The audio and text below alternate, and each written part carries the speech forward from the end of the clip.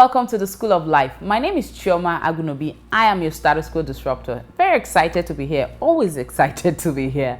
All right, so now as humans, we need to know this, that as humans, we are relational beings, constantly building relationships or even breaking relationships. And sometimes we break those relationships that are very, very important, very valuable to us. But why do we do that? We do that because we break certain very important factors that are involved in relationship building. Okay, now you know how it is said that your net worth is directly proportionate to your network. So the people in your life are resources, either providing financial resources, intellectual resources, emotional resource, or a psychological resource. Whichever way, people in your life are either adding or taking away from you. So it's important to know how to nurture relationships. 3 factors we're going to look at today. The first one is communication. Now, sometimes relationships don't even just break because we communicate. Sometimes they break because we don't communicate. So whether in that relationship you have with your colleague or your boss, or as a pair between parents and children, or even between spouses, there's a need to ensure that the line of communication is always open. So be willing to say how you feel. But in saying how you feel, you need to equally put yourself in the other person's shoe, so that you don't, not so that you don't communicate at all, but so that you make sure that you are able to channel your communication right. So you also need to put in a bit of emotional intelligence into it, knowing if this is the right time, the right mood to bring up this issue. All right. But it's important to make sure that that line of communication is open, that I am saying how I feel. All right. But in the right way. And for whoever is in any form of communication while the other person is talking, it's important that you don't have a preset mind. It's important that you don't already have an answer waiting. It's important to listen, because when people are talking to you, they are pouring themselves out. And it takes a lot for someone to pour himself or herself to you. So please listen. Second is conflict. I hate the sound of that, and I know a whole lot of us do as well. We don't like conflict. We wish we can avoid conflict, but I'm sorry, you can't avoid conflict. It will always come.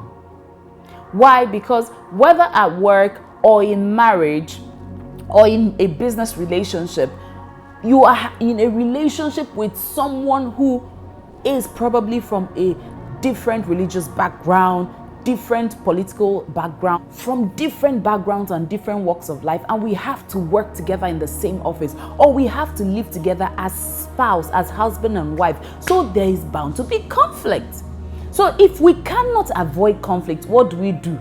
We face it head on. But it's important to understand this. In conflict resolution, I am not there to win an argument. I am there to resolve an issue. Bear this in mind. Resolve an issue, not resolve a person. So it's in first things first. It's important to separate the person from the issue. Separate the character flaw from the person. Address the issue and not the person. You have to make sure that you get that person to understand that we're here to resolve a conflict. We are meant to do it together. And the issue, the common enemy, there's a common enemy, and the common enemy isn't you or me. It's the issue at hand. And so we need to understand, first and foremost, there's an issue. We have to resolve it together. So we need to get to the root of it, find out what it is, and address it. Address it with the purpose of finding a way out. Now know this, it's almost as if they're all intertwined.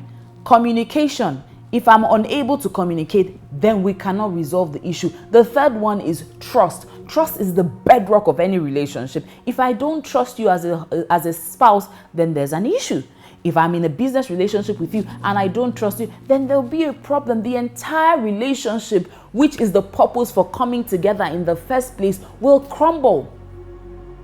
So in building relationships, you need to look beyond you and beyond how you feel all the time and look at the big picture.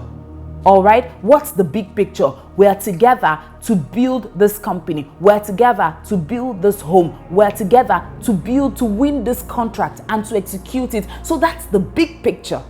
So sometimes we need to take emotion out and be factual in our relationships. What breaks trust? Actions. What will fix trust? Actions. Negative actions break trust. Positive actions will build trust. So even in relationships where there's a breakdown in trust, a set of right things will help build back trust. So if one action broke the trust, sweetheart, be ready to do 3 positive actions to help build back that trust. Did you get that? So remember this, they're all intertwined. First and foremost, communicate. It's only when we communicate we can resolve the conflict. Only when we resolve the conflict can we build trust. And then we can build healthy, long-lasting relationships we can hand down to our children and our children's children's children. And then we can even build a bigger, better, happier world than it is right now. I am CHIOMA AGWUNOBI. This has been The School of Life. Help build that communication channel between you and I by subscribing to my YouTube channel, CHIOMA AGWUNOBI on YouTube. Also follow me on socials at CHIOMA AGWUNOBI1 on Instagram, Facebook, and Twitter. I'd be looking forward to hearing from you. I definitely will respond to all of your comments, questions, and I'll be looking out for those hearts. Love you guys. See you next week.